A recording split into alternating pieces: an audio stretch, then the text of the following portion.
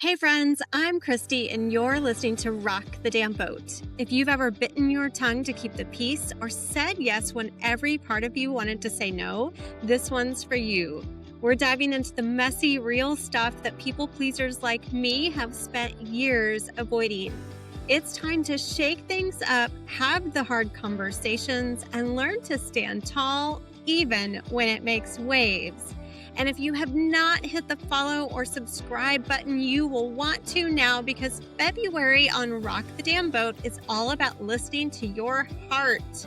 This month, I'm talking with women who've built companies, led teams, and created real momentum, and women who've had the courage to pause when their heart asked for something different. Because success isn't just about pushing forward. Sometimes it's about tuning in, honoring what's true, and trusting that rest, recalibration, or a bold pivot can be just as powerful as building an empire. All right. I am so excited by both the personal and professional connection with my guest today. It is Alicia Ace Easter, a Los Angeles-based yoga teacher and wellness entrepreneur who traded the corporate grind for a life rooted in movement, mindfulness, and meaning.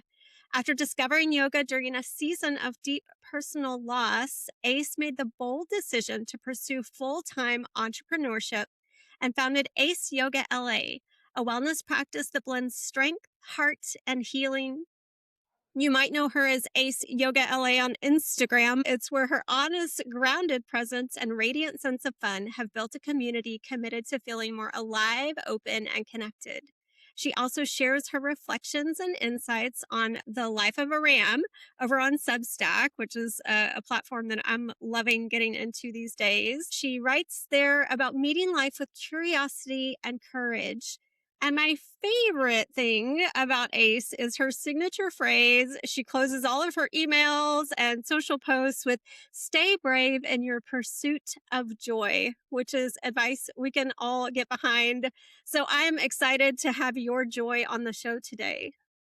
Oh my gosh, Christy, thanks so much for having me. It's such a pleasure to be here, and what an honor to, see the progression of what you have kind of manifested over these last 6 years since we've known each other. So, yeah, it's wild. 6 years. Eh, It is wild. I've been thinking back to, so that, listeners know how we first connected. In 2019, I attended one of Jen Pasteloff's workshops and started following her. You and her were doing a lot of work together in 2020. And I've been thinking too about Minneapolis was in the news at that time, just like it is now. And we were all being encouraged to find ways to support Black owned businesses and be more mindful of our connection with other human beings. So when I was looking for someone to teach me yoga to enhance my practice at home, I wanted to support you. And it was kind of a new business at the time. Yeah. So we did personal sessions. We were on Zoom, and you Yeah. were my personal yoga instructor via Zoom during COVID, because then everything shut down and that was all Yeah. we could do anyway. Yeah, that was so fun to be able to think back to me deciding in 2020 to at the end of 2020, I was working a corporate marketing job where I was, working for this commercial real estate firm. And we were all, of course, like you said, at home. So I was working from home, and I was grateful to still have my job. But in during that time, I was, just creating so many different things. My candle line, podcasts with Jen, virtual workshops with Jen as a continuation of our some of our in-person offerings that we'd done together, and just creating and finding ways to not lose my mind being at home during that time. And so by the end of 2020, when the company that I worked for was, okay, now we're getting ready to get everyone back into the office, I started getting anxiety. And Mm, I am pretty sure I probably had anxiety before, the more I learn about it. But I hadn't really called attention to it ever before, or really noticed that's what it was, until during the pandemic, when the idea of going back into the office and going back into this same way of doing life started to scare me. And I said, I just can't do this anymore. It's not bringing me joy. And one of my teachers, Miriam Husna, I was in one of her workshops and she asked a question about how do you want to feel each day when you wake up? And what do you want to feel? And I immediately was like, joy being something that is, available to all of us and not something where we have to be, have to earn it. Right. And I was like, yeah, I want to feel joy every day I wake up. And the company that I work for was great. I was on this amazing team. I mean, my boss at the time, her and I are still very close. I just knew I was no longer being fulfilled and it was time for me to make a shift. So I wrote a letter about it. I dated it. I held it. And then I had a conversation with my boss about it. And 30 days later, I was at the end of 2020, fully going off, taking this leap of faith into full Wow. time entrepreneurship. So a journey of, believing in myself. I And love that. And the recognition that you talk about, I liked my job a lot. The job that I left last November, I enjoyed it. I enjoyed leading a team. I enjoyed being a sounding board for people. I realized that I liked the people more Mhm. than I necessarily liked the tactics and the things that we were doing. Right. But I just kept thinking about what would I rather be doing. And once I got to that same position you talk about with that dread and just knowing that if I have to choose, because I'd been taking more time off to do more yoga oriented activities, and so that kind of came to the surface, and I was like, well, yeah, if I need to make a choice, my choice is entrepreneurship and following that wellness path and everything that that's going to bring. So you have been practicing yoga for a very long time. Tell us a little about how that came to be. I know the death of your mother and that was a source of healing. So tell us about that. Yes. I took my first yoga class when I was on one of my assignments at a job that I had after I graduated from Auburn. And it was my first job after college. And as I was traveling in these new cities and states, I didn't know anyone. I was there to work on site and I'd go to a gym and then I would go to yoga studio after I found my first yoga studio and it took my breath away. It helped me to start to understand about grief living in the body, trauma living in the Mhm. body. And I knew when I walked into that yoga class, my the second one, I would say, that was a heated yoga class when I walked into it and I looked around and there was no one who looked like me. There was Mhm. no Black person even in class. There was no Black person teaching. There was no Black person working at the desk checking people in. It was a very homogenous environment. And I thought to myself, after class, where is everyone? Where is everyone? And so I knew that as I was moving my body and so many different emotions were coming up for me as I was going through the asanas, I wanted this as my medicine and I knew I wanted to share it with other people. And I did that job for almost 6 years, and every state I'd go to, I'd find a yoga studio, and there Mm. was not nearly as many as there are now. The options were limited, but there was always a gym. And during that time, I knew that I wanted to teach, but I wasn't living anywhere full time. So I knew that it would be difficult for me to find and establish a yoga teacher training. By the time I moved to Los Angeles in 2011, I said, okay, all right, I've set up roots here. I'm getting my footing. Took me a couple of years to really get settled here.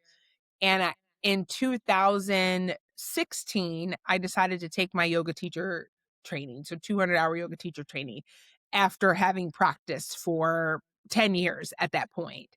Some people were in their training just to learn and explore and deepen their practice of yoga. That's not really how I worked. I knew that the investment that I was putting in, my resources, my time, I needed a return on that investment. And so I knew I wanted to teach yoga. So I started teaching yoga at a couple of different places here, before I'd go to work and after I get off from work. Anytime, anywhere I could teach, I would. And coming up on in April, it'll be 10 years of me teaching, and it's changed my life. It has been something that has helped me to awaken different parts of me that I didn't even know was sleeping. Yoga has helped me to not only feel really courageous in my body, but really present and really capable and also forgiving at the same time. Mm.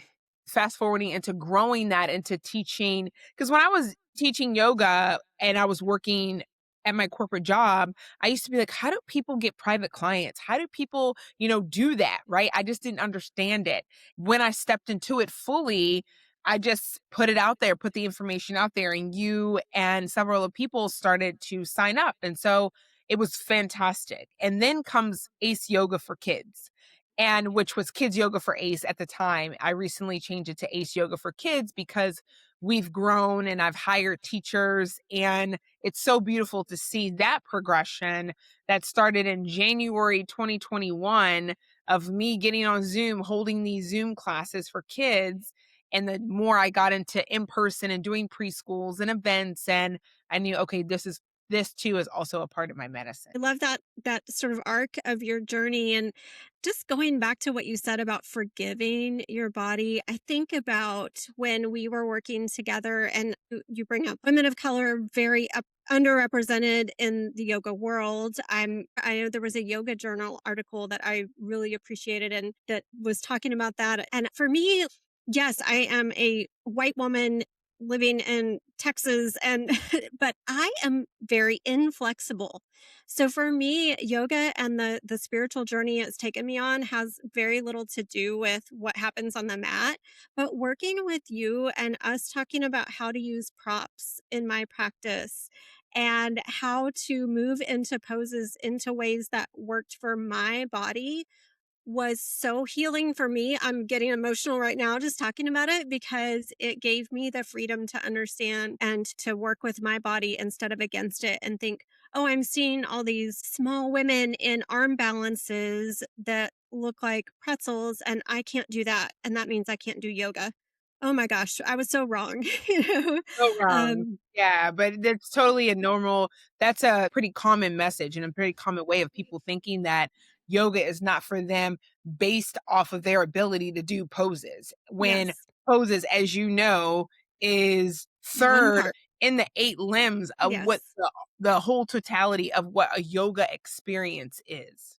Absolutely, absolutely. And I took yoga asana classes for 10 years, finally got my yoga teacher training, and I learned from Alec Van Fossen, who incorporated a lot of diversity in our modules, and we learned a lot about foundations of yoga, worked with a lot of people of color in our lessons. So it was, I enjoyed the way I learned. And I'm like you, like, I don't know who graduates YTT and opens a brick and mortar studio, but I did. You And it was an did. amazing experience for 2 years. But what's interesting for me is I thought that I would be too uptight to teach kids. And I found that I loved teaching kids almost more than I love teaching adults. So what drew you to that and this flourishing part of your business that is kid focused? Well, I had a friend mention to me, he said, "Why don't you teach kids yoga?" I said, "I don't know. I'd never thought about it before because kids at one time used to really make me nervous because Me I was like, too. That's I don't know. I don't have kids, but I mean, it's not, I don't hang around kids. Most of my friends have children. I have nieces, nephew. Uh, and I said, well, what makes you think that I would be a good kids yoga teacher? And he said, "Well, you're so animated and you're so full of life." And I said, "Okay, I'll do it." And so I talked to Jen, who is just the biggest cheerleader and such a vital part of me becoming who I am today. And she said, "Okay, yeah, I'll help you. I'll bring, friends because she's Charlie and, she yeah. knows, moms know moms." So I started hosting this Zoom class, and it would be me starting with moving our body, so dancing to a song, and then we just to get the willies out, and then we would do some poses, and then I would end each thing with reading a book.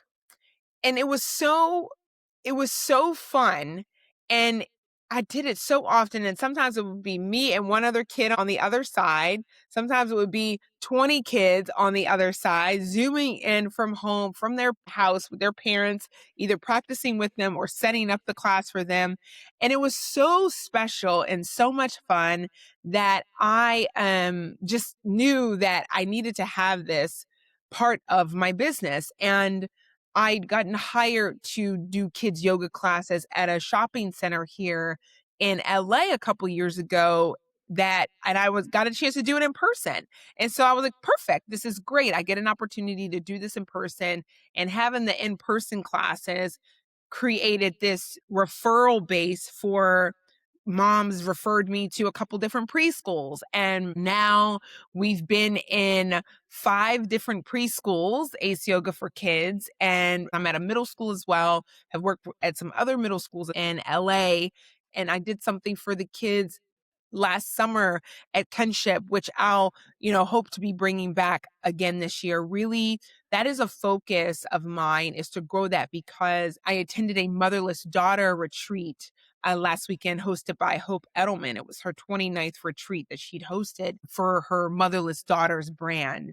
And one woman that was there spoke about her work that she did with children, and a couple other people did. And one of the facilitators, who's a therapist and also a friend of mine, she'd mentioned that that was our way of doing our work of Mm, healing the trauma that we experienced, because the retreat was specifically for women who have lost their moms by the age of 21. So we were either 21 or younger when our moms died. And we were kids, our brains weren't yeah. fully developed yet. And so working with children was our way, or my way, that I had this epiphany this past weekend of healing what I didn't have growing up, healing what I missed and losing my mom so young. And that's how the progression of Ace Yoga for Kids has come to be what it is today. I- Starting with my friend thinking I'm just an animated cartoon, which he wasn't wrong, and so it worked out. Right. That's what yes, I just, your energy and your ability to stay brave and positive and always just have this amazing smile on your face is what I admire so much about you. So I could see how that's a logical extension of who you are, is to teach the kids. It's funny because when I first started, people would ask me if I could do something over the summer because the kids didn't have a lot of activities in this tiny little rural town. So for me, rocking the boat was opening a yoga studio in a town of 1,500 people in the middle of the Bible Belt, which I've done an episode about.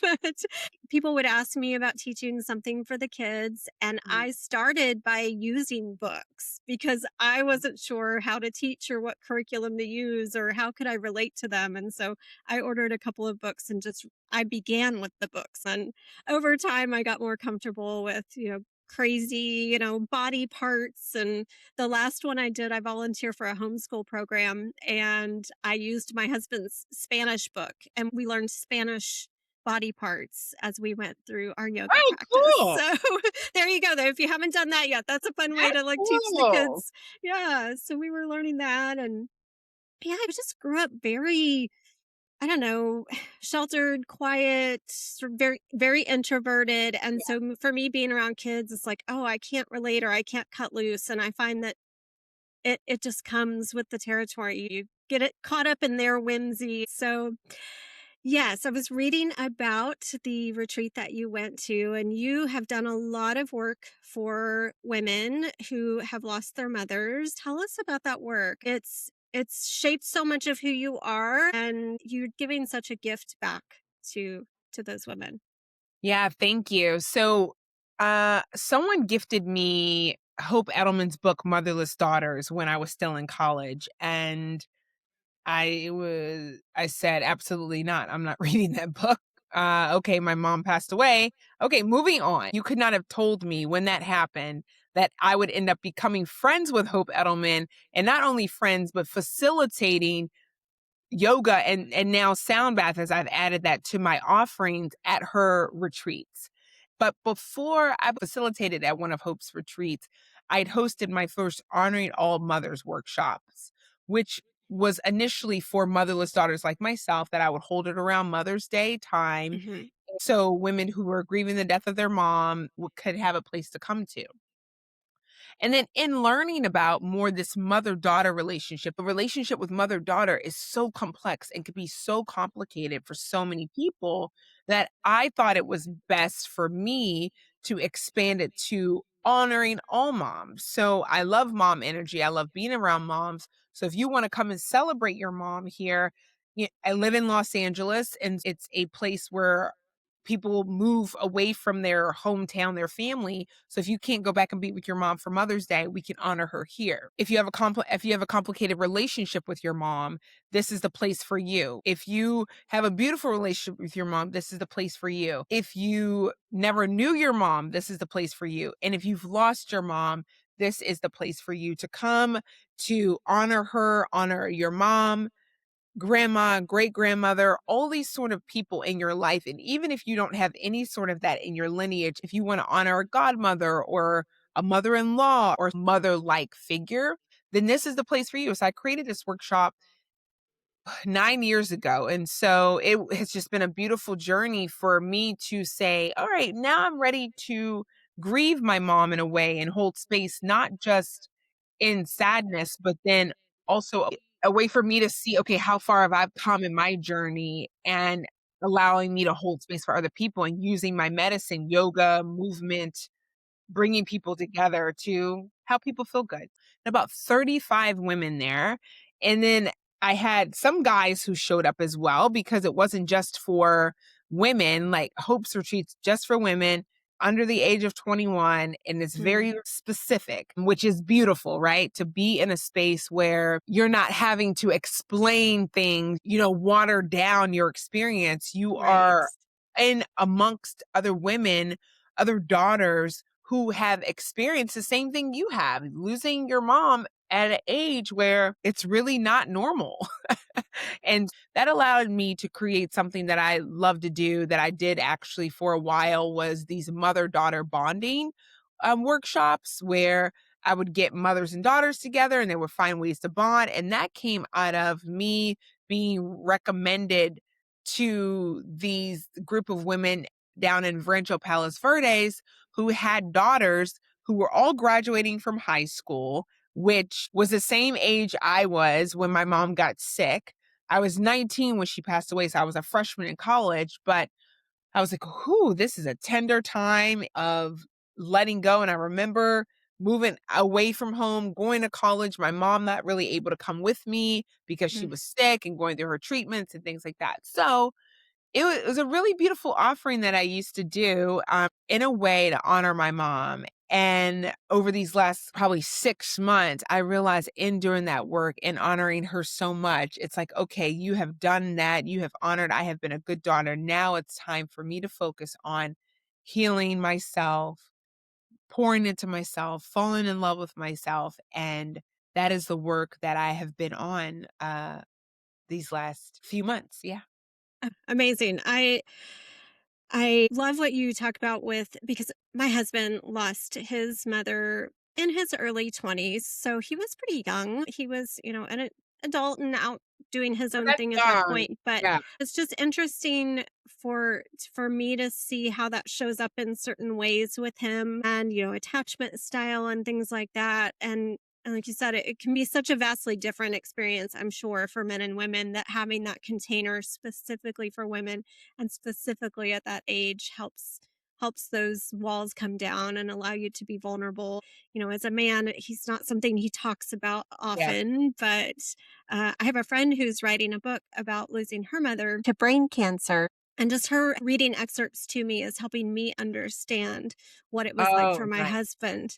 You mentioned sound baths, and I made a note for myself to let you know that I have sound bowl envy because your newer bowls, right? The Yeah. ones I saw you post about, they're gorgeous. Okay.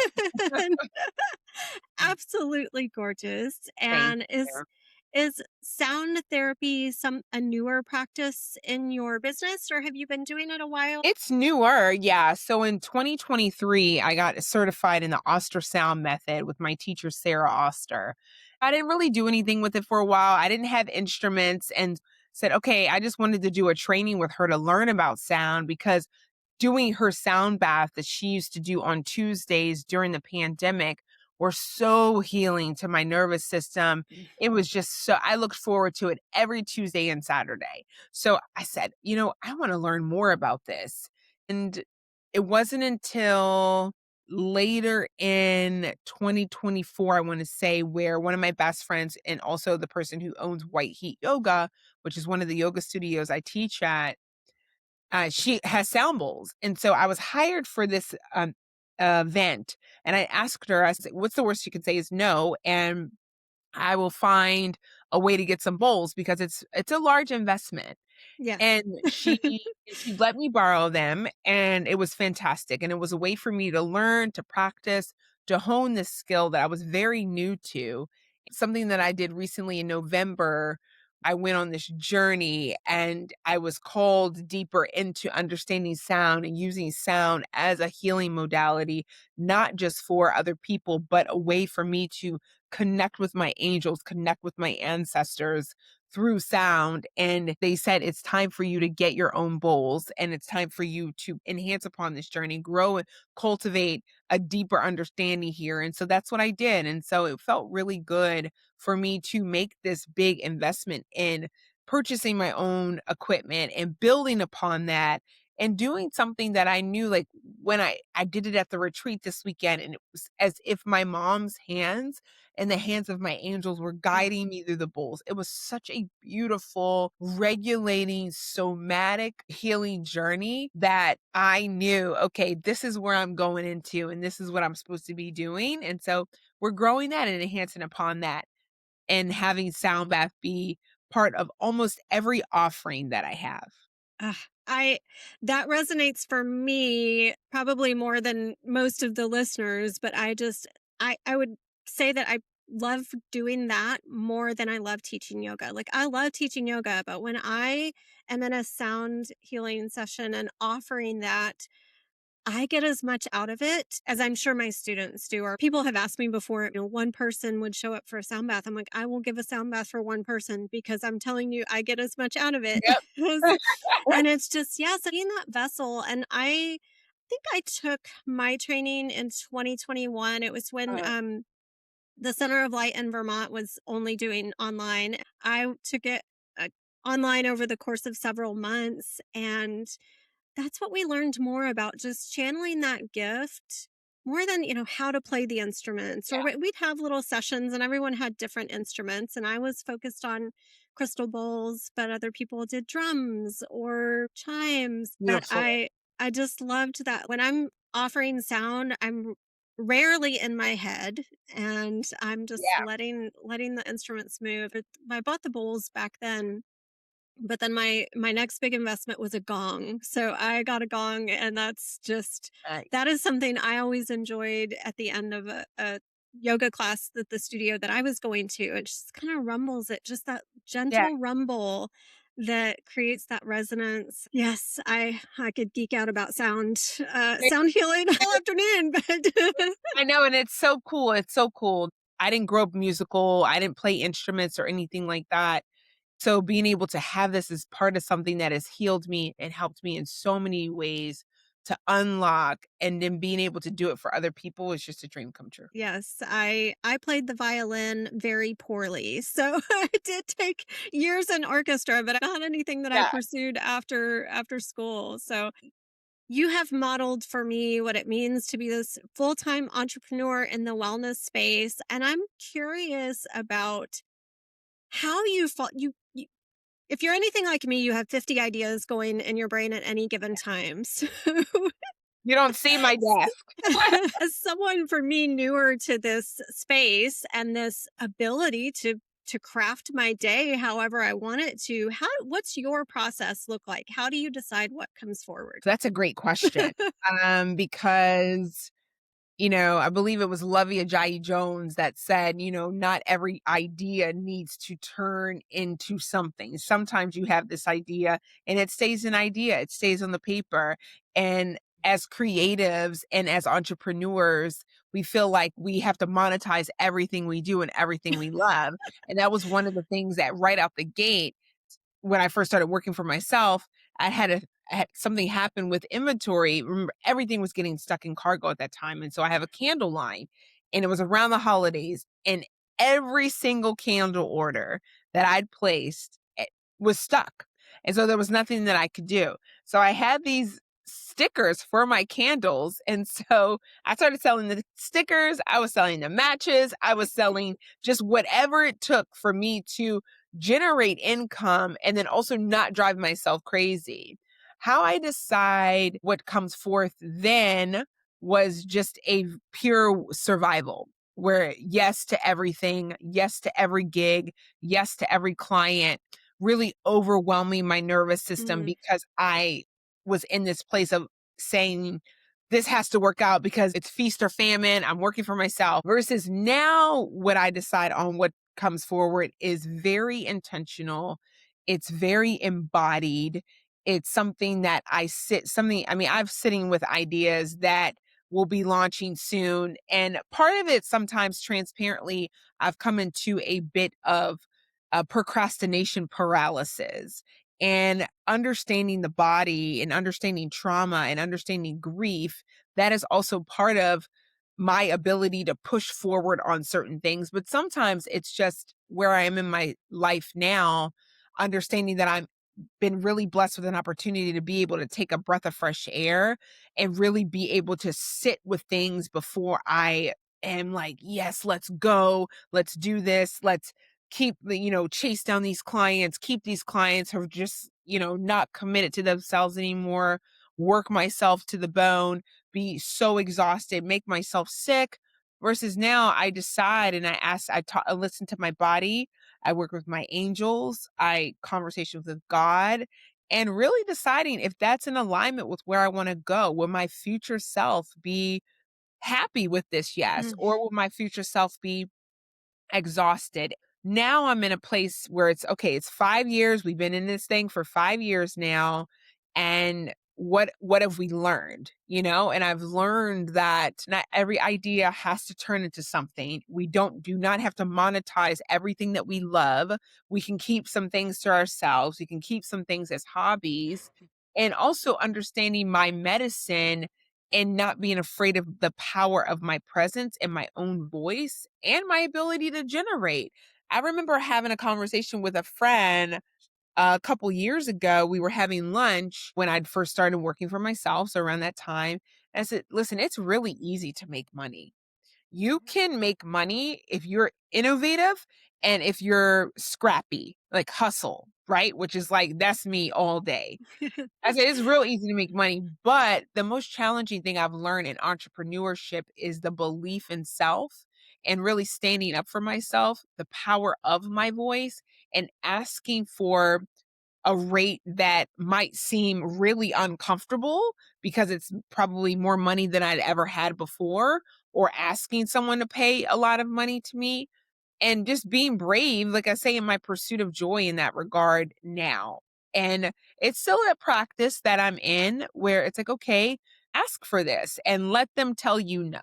Let Yeah. them tell you it's not in their budget. Don't decide what's in someone else's budget, right? Don't decide what someone else can afford. And it took me going through processes to understand that. It took me getting $10,000, $12,000 clients paying in full to barely having a client who can spend $150 for a private session with me, right? So understanding, how do I decide what moves forward now in my life is, does this make me happy? Will it bring me joy? And is it generating income? And does the world need it? And Yeah. so if all of those things are answered, then I move forward with it and I take my time. Ah, I love that. I've so many good nuggets that I will take away from that. I love that idea of future self Uh-huh. because I am still unpacking this corporate identity 30 Yeah. years in the making. So 2 months in, Yeah. I'm still not, I don't have that further out line of sight. I'm still very much in this like short term, okay, what am I? And I put the That's okay. resources actually better, right? It's like I said to someone, I was sorry to interrupt, but I was on a call with my spiritual mentor yesterday. And she's like, okay, so this is our last session of the, I said, oh, it is? We're already at it? I said, oh, I'm not done. She said, okay, great. Well, you can continue. And I was like, okay, great. I said, I have literally been moving day by day by day, and that's okay. Yeah. I know it's going to take a lot of time for me to sort of dismantle this identity that served me well for a long time. And Yeah. I love all the experience that I built and the leadership that I was able to have in my last role. And so I just wanted to do that in a bigger way. Yeah. And I think you mentioned, does the world need it? And I have a metal sign next to the coffee bar that says, the world needs who you were made to be. And Mhm. so I try to remind myself every once in a while, I look at that and really read it, because I know that that was what I was called to make a bigger impact. And I like to speak up for quiet women. I like to help inspire quiet women to find their voices. And Beautiful. so that's why I'm just trying to bring these conversations with, all kinds of women to the show, because either you've made a big, bold move like leaving corporate, or have this amazing energy that you bring that I think can inspire quieter women like me to just live so out loud. And I was reading something, I think you wrote this recently, but magical, whimsical, beautiful, these were all words that you use to describe just your life and your journey. And I love all of those words because those to me are what you embody completely. So Thank you. I love you always have this big, beautiful smile on your face, and always being able to see the bright side of things. I thank you for that. And the smile is, it's authentic, it's real. And when I could, fully say that, not that I've ever perpetuating a false identity, I wasn't. I think that for a long time, my smile served as my mask from what I was really feeling as I was going through these different journeys of grief and mourning and not really using my voice and just kind of being in this survival place of, okay, whatever it takes, whatever it takes. Now I'm in a space where I am operating in a place of joy. And a couple years ago, I had a friend teach me about like that peace is, what did he say? Joy is the road to peace, right? And understanding that peace is not having to be this high energy, high active, high octane level, right? Like that is joy, but then also being in a really peaceful place of accepting who I am and accepting that I do have days that are hard and I have gone through this identity shift that has like, leveled me up into this new space that I had no idea was waiting for me. And so that is how I can make decisions fully embodied now and say, you know what? It might bring the world joy and it might bring other people joy, but if it doesn't bring me joy and if it doesn't bring me peace and it causes me any sort, and if it is not in alignment, and you learn not to get all like woo, but you really learn when things are aligned. And it doesn't mean that they're not going to come with any sort of trial or tribulation. It just means that it's already sorted.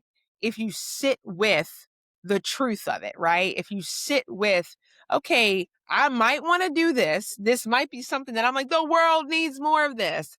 But if I'm constantly like finding, for example, I'm going to use this transparent example with my honoring all mothers retreat, that one day retreat that I hosted this year. I was having the most difficult time selling tickets to it. I was at, I don't know why no one is signing up. And I did some healing work, some intuitive healing work with one of my teachers, Loveland. She's fantastic. And it was like, it was no longer the story I was meant to tell in this Mhm. way anymore. And what I was holding on to was an old narrative. And instead of releasing that old narrative because it was comfortable, it's what I knew, and diving deeper into this new space of holding in this new narrative, this deeper way, or perhaps not even this way at all, because something completely different, I was afraid of it because I didn't know. And so the moment I release my fingers, stop white knuckling this event, I surrendered. The biggest thing that I'm learning in my entrepreneurship journey now is the power. I call it Peace in the Pause, this initiative that Mm, I've launched. mhm. And those moments between breath is the pause that we deserve, and finding peace in those moments. And it's also peace in the pause is surrender. So it's Yes. surrender to, all right, I give up. Okay, not give up, but I surrender. I surrender to what is how it's supposed to be, what it's supposed to look like. And if it's supposed to look completely different, then please show me the way. And Yes. and being open to that shift. Absolutely. I saw something recently about if it's not meant for me, please help me release that, And this find longing for who it. it's for. Yeah. Yeah, Yeah. right. I closed the doors on the yoga studio at the end of December, and it was two of the most magical years I experienced. I enjoyed community. I hated dealing with the overhead and the struggle of, again, 1,500 people. There's like 6,000 people in the whole county, and most of them have never heard of yoga or had this belief that it was anti-Christian. So I Yeah. was dealing with these uphill battles. And so I created this beautiful core group of people. I will hold them forever in my heart. And it was time for me to release that and move into something new. And so Yeah. it was such a weird way to end the year with leaving corporate and closing the doors, but I'm excited. This podcast is something new that I didn't expect to do, but it Yeah. it called to me and here we are. So I love Awesome. it. I love it. Well, am so grateful that you joined me today. I always like to ask my guests who their boat rocking role model is, someone that inspires you to dare or be bold and out loud. Oh gosh, I have 2 people that come to mind right now. It's one of my dear soul sisters, Angel Ray Aquino, who stepped out on faith for herself and really believed her ability to coach in her somatic play workshop and do these things that really help people, because she's using all the medicine she took to heal herself from the inside out with food, diet, environment, and all these sort of things. So she is definitely a boat rocking friend who, was like, no more. I'm in charge and I get to be the boss of my lived experiences, and I will use all of the tools she's done over the last 20 years and to help other people. And then I think about Miriam Hasna, who has New Earth Mystery School. And she is someone who I've been a part of the New Earth Mystery School for many, many years now, and someone that I get to work with one on one, who's become a mentor of mine. And I just really she saw that she was this type of person and created a school for people that were like her. And that's really beautiful. And then one more person that comes to mind as well for me is, God, I can keep going, but really I love it. another teacher, and Imani Cohen, and she goes by the Hood Healer online, and she rattles cages, she shakes tables, she rocks boats, and it's all in the name of mirroring love for self, right? And she's like, I'm just a person that's just going to call it like it is and not in an unkind way. And it's all just this velvet hammer approach. And sometimes it's not a velvet hammer, sometimes it's the hammer that we all need. But she's someone who has created this entire beautiful community and life for her and her family from just being herself. Like, that's it. Really, it's people who have just been able to show up in the world, cultivate craft and offering, generate income revenue from just being their 100% authentic self. That's magical. And that is definitely Yes. some boat rocking stuff where I have this. I mean, I'm again on my own journey of, wow, falling in love with myself, really meeting the real me of, yes, I'm this positive person. I genuinely have a very positive outlook on life, but I also have my days where I'm like, you know what? I'm not I'm not my best today, and that's okay, and being okay with not being okay. So those are 3 teachers that I can think of definitely off the top of my head, Mm. because they've just living their truth and really Yes. living their truth. And when you're really living your truth and you're in alignment with yourself and you like yourself and you trust yourself, above anything else that anybody else says, any other way that people are going. If people are going upstream and you're going downstream, and you're like, I know I'm supposed to be going this way, and you trust that, chef's kiss. Oh, It's all in alignment. And as Imani says so many ways, she says, there's no traffic in your lane. And yeah. that is something that really stands out to me because there is no traffic in my lane. I There's love that. traffic in everybody else's lane if I'm trying to follow and do what they do. So, yeah. Yes, yes. Authenticity as a superpower for sure. Well, I know you and I are both writing very much from the heart over on Substack, so people Yes. can find you, The Life of a Ram, Yes, please. and aceyogala.com is your website, Yep. right? That's it. So I'll give everybody the links. I am just overjoyed by us being able to have this conversation and just love what you're bringing to the world. The world needs who you were meant to be too, Ace. So thank you so much. And thank you all for listening.